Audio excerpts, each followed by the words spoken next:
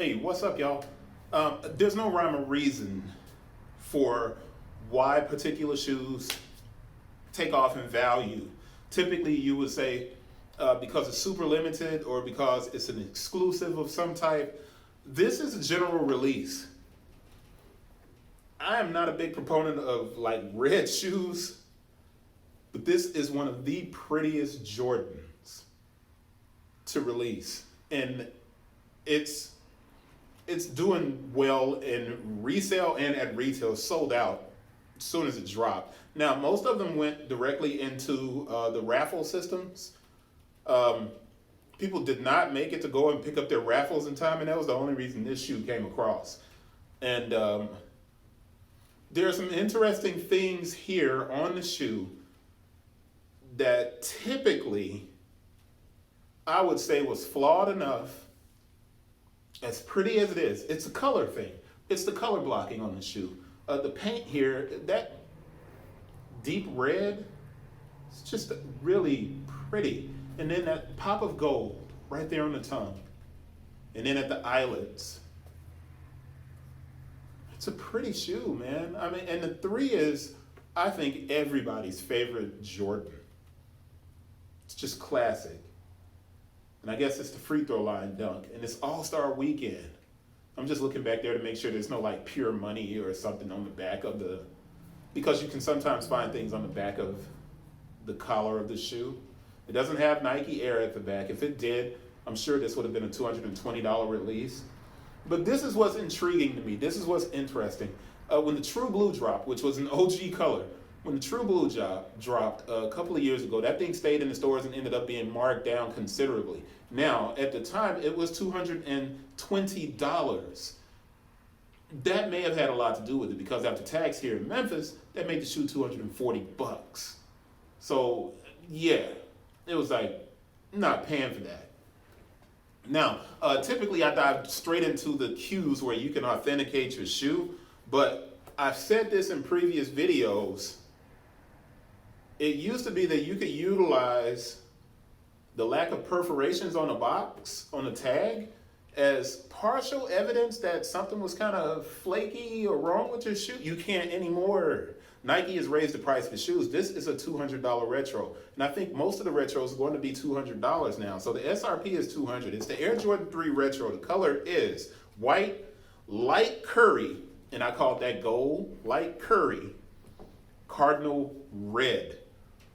It's a pretty shoe. The lining of the shoe, that it's just a cardinal red, that burgundy, it's pretty.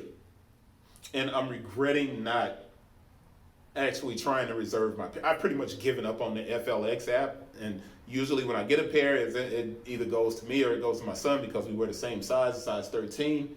But I don't hit on that app. I haven't hit on that app in probably 7 or 8 months, so I've pretty much stopped trying.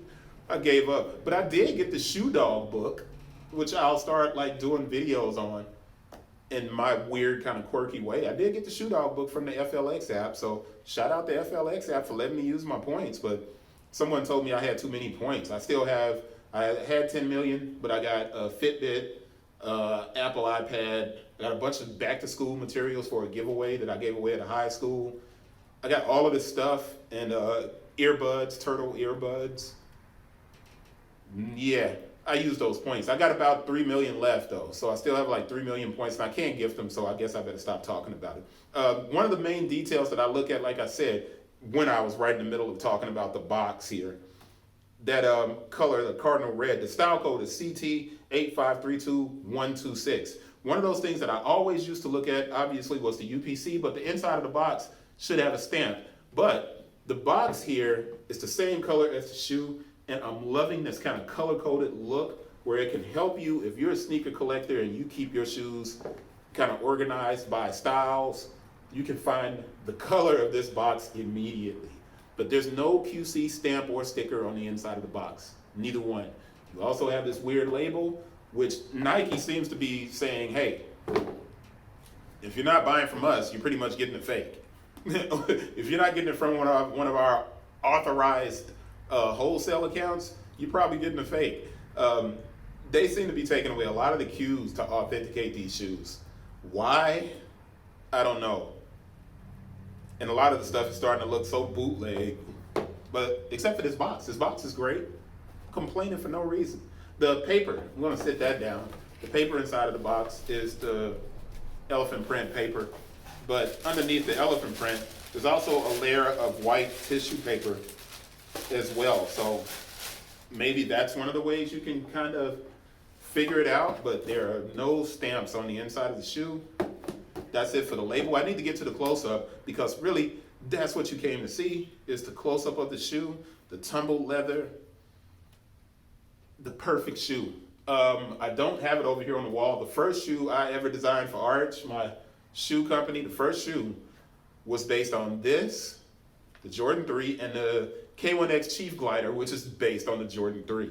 So my very first shoe that I designed, I was like, yo, I want to make a shoe that looks like this. And I did. I made a shoe that looks like this. I only made 50 pair. You know, certain people got them, and then I sold the rest of them. They did really well. You know, so that was a bonus. Real quick, I'm trying to see if this should be stuck down, the insole, but it's not stuck down very well because the underneath it, you know, where your strobel is, it's just not glued down very well. So, like I said, you look at this shoe, as great as it is, I love the perforation around the collar here. I love the elephant print here. Let's get to the close-up. I just love the color of this shoe, man. I should have got a pair for myself or for my son. And I was starting to say something else. I was talking about one of the cues where I would have said this may have some problems, the tongue. When I get up close, I'm going to show you this tongue. Now, it may be that it was just bent a little bit because when I hold it up here, it's pretty, you know, well rounded off. But the 3s and the 4s both have this folded leather into where the tongue is stitched to it on the backside. And typically, it's perfectly round. Perfectly round. And the left shoe here, it is. The right shoe, it is not. But, before I get up to that close-up, small code is LN4. It's made in China. Dates of production, 6/15/21 to 10/18/21. That's it. Let's jump into this close-up and wrap this video up. Appreciate you guys who are watching. And maybe some giveaways at 4,000 subscribers, because I'm getting there pretty quickly. Getting close to 4,000. So maybe some giveaways. I got to think of what I'm going to do. Thinking about taking these pictures down. So maybe I'll give one of those pictures away, which I can't do because my daughter took the picture. So maybe I'll make an extra one and do that as a giveaway. I got to think about it. Remind me to think about it. Do it in the comments. Close up. Talk about a really pretty shoe. But I'm going immediately to the tongue. If you see here, it's creased a bit and it looks a little bit misshapen because it's flatter here. But that may just be the positioning of the shoe inside of the box because it is fairly well rounded. But this was a little troublesome for me. But I got these from City Gear. So shout out City Gear. I got these from City Gear. So I know they're good to go. Stores don't. I know some people will wonder if stores have fake shoes. The only way a store could have a fake shoe is if someone replaced a real shoe in a box. Nike does not send out fake shoes to these accounts. So you guys that think that kind of stuff, stop it. I sound like Michael Jordan in that commercial. Stop it. Just stop it. But this is our close-up. And like I said, definitely one of my favorites. My favorite Jordan is the 2. But this, you know what? Maybe 1A and 1B, Jordan 3. Just a really pretty shoe. Don't have to stay on it that long. Just making sure you guys get the details and you're able to see it. And it's such a rich red. They did a good job on this one. I don't even see a whole lot of glue problems. And usually when you do have problems with this shoe, it's around the stitching. That's around the elephant grain. I'm looking at this one just to see if it's, see? Move that up where you can see it. The stitching usually is bad right around here. But that's about it. Other than that, This thing is pretty much flawless.